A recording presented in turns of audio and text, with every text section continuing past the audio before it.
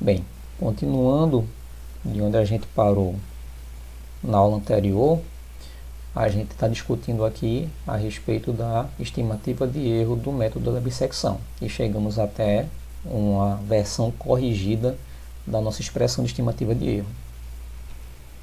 Uma coisa que é bem interessante é que, como o método da bissecção ele é um método bem comportado, ou seja, a gente está sempre procurando a metade do intervalo de busca, a gente pode, antes de realizar nossos cálculos, estimar o valor do erro para cada iteração.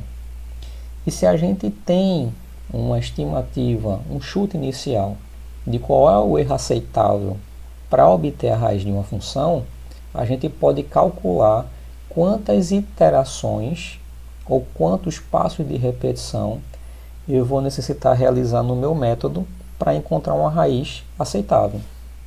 Como é que isso funciona? A estimativa de erro inicial, que a gente vai chamar aqui de E a zero, ele vai ser igual a quem? Ao próprio intervalo de busca. X superior inicial menos x inferior inicial, que é o nosso delta x0. Assim que a gente realiza a primeira iteração, a gente já sabe que a estimativa de erro vai ser igual a quem? A um delta x0 dividido por 2. Lembrando exatamente desse gráfico que eu tinha mostrado para vocês.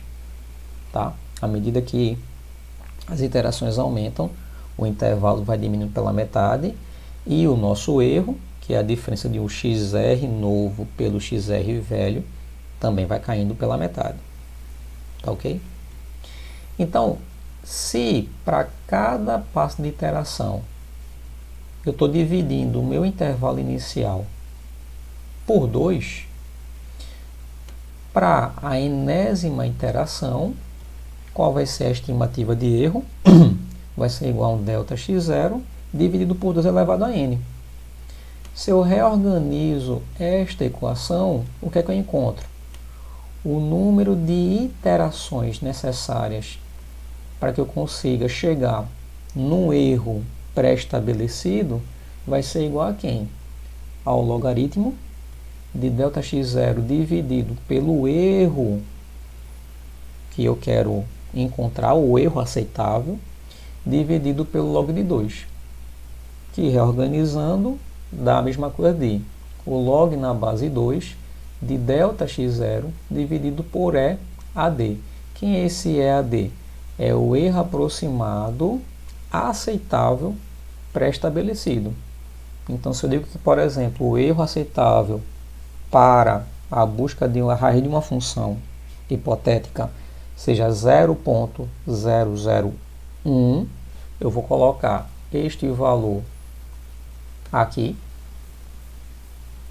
e a partir de um intervalo de busca pré-estabelecido eu vou saber exatamente quantos passos de iteração eu vou precisar realizar para encontrar a raiz da minha função naquele intervalo.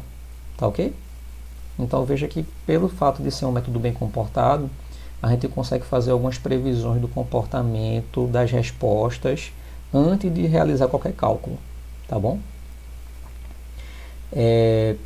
Só que aí o que acontece? A maneira como a busca é realizada, ela pode ser relativamente lenta, porque eu estou sempre procurando a metade da metade da metade do meu intervalo. Como uma forma de agilizar esse processo de busca, a gente pode agora utilizar o chamado método da falsa posição. Qual é a diferença básica dele em relação ao método da bissecção? Enquanto o método da bissecção procura a metade do intervalo, o método da falsa posição, como o próprio nome diz, ele vai tentar encontrar uma posição intermediária entre o meu XL e o meu XU para tentar encontrar a raiz da minha função. Só que esse ponto ele não é estabelecido na metade exata do intervalo. Como é que a gente obtém ele? Ele é um ponto estabelecido por uma reta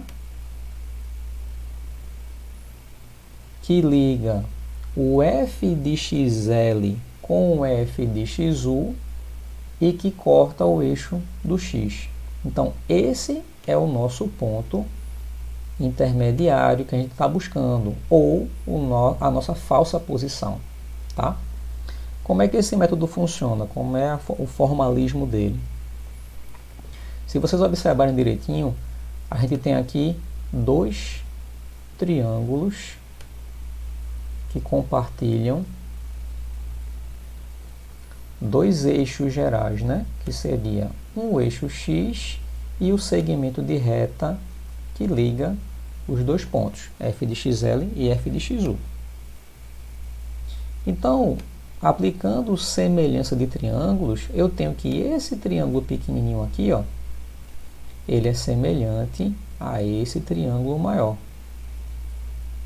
Pela regra de semelhança, o que é que eu tenho? O f de xl, que será esse segmento, dividido por xr menos xl, que é esse pequeno segmento, ele é exatamente igual a o f de xu dividido por quem? Por xu menos xr, que é exatamente o que eu tenho aqui. Ok?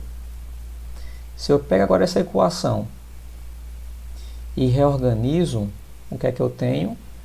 Multiplicando em x, né? Eu tenho que f de xl vezes a diferença xr menos xu é igual a f de xu vezes a diferença xr menos xl. Certo? Se eu faço uma nova reorganização dessa expressão, eu chego nesta equação aqui. Ok? Agora, se eu divido ambos os lados da equação pela diferença f de xl menos f de xu, o que eu vou ter é essa expressão. xr de um lado vai ser igual a quem? Ao xu vezes f de xl menos xl vezes f de xu, dividido pela diferença f de xl menos f de xu. Essa é a expressão que a gente utiliza para calcular a nossa raiz pelo método da falsa posição. Tá? xu e xl continuam sendo os limites superior e inferior do intervalo de busca.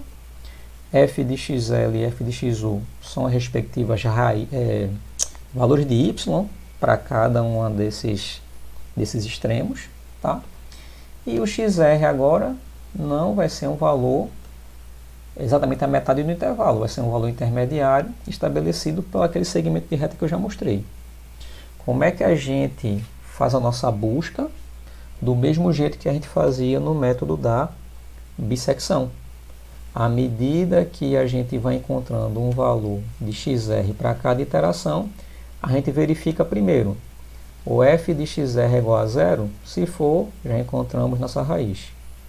Se não, a gente verifica se o produto f de xl e f de xr é menor do que zero. Se for, atualizamos xu e trocamos por xr. Caso contrário, se o f de xu vezes o f de xr for menor do que zero, substituímos o xl inicial por xr. Ou seja, a gente faz as mesmas verificações do passo 3 do método da bissecção. A diferença aqui agora, o passo 2 é estabelecido por essa nova equação. Ok? O que é interessante pelo método da falsa posição quando a gente compara com o método da bissecção? É que, como ele busca um valor que teoricamente é mais próximo da raiz real da função, a convergência do método da falsa posição tende a ser mais rápida do que a convergência do método da bissecção. Ou seja, o erro relativo para cada iteração ele decresce muito mais rápido para o método da falsa posição do que para o método da bissecção, ok? Só que tem um problema. Algumas funções elas se comportam como sendo uma armadilha para o método da falsa posição. Por quê? Vamos pegar aqui, por exemplo, uma função f de x, x elevado a 10 menos 1. Essa função ela tem um comportamento interessante porque até ela mudar o seu sinal, ela tem um platô aqui para valores negativos de x. Qual é o grande problema disso? Quando a gente aplica o método da falsa posição, os segmentos de reta gerados para cada atualização de XR, ele não muda rapidamente na curva. Ele vai mudando de maneira muito lenta para esse tipo de equação. E aí a convergência do teu método acaba se tornando mais lenta do que no método, por exemplo, da bissecção. O que é que a gente pode fazer nesse caso? Dentro do nosso método, do nosso algoritmo, colocar, por exemplo, uma instrução de verificação. Se o valor de XR ele não mudar rapidamente ou passar muito tempo próximo a um dos limites do nosso intervalo, seja o XL, seja o XU, a gente pode colocar um passo maior na variação do XR, ou seja, a gente acrescenta um valor intermediário para o XR para verificar se ele consegue sair dessa região de platô aqui, por exemplo, tá? E isso também pode acontecer com outras funções, certo? Então, nem sempre o método da falsa posição ele vai ser mais eficiente do que o método da bissecção, certo? Isso é o que eu sempre digo para vocês. A gente nunca vai ter um método ouro ou um método que seja superior a todos os outros para todas as ocasiões, tá ok? Então isso aqui é uma coisa que a gente tem que estar atento quando for usar o método da falsa posição. Como eu falei, como é que a gente pode resolver esse problema? Inserindo no algoritmo uma instrução de verificação do número de iterações realizadas sem a modificação de um dos limites do nosso intervalo, tá ok? Bem, pessoal, aí na sequência vamos falar um pouquinho sobre os métodos abertos, tá ok?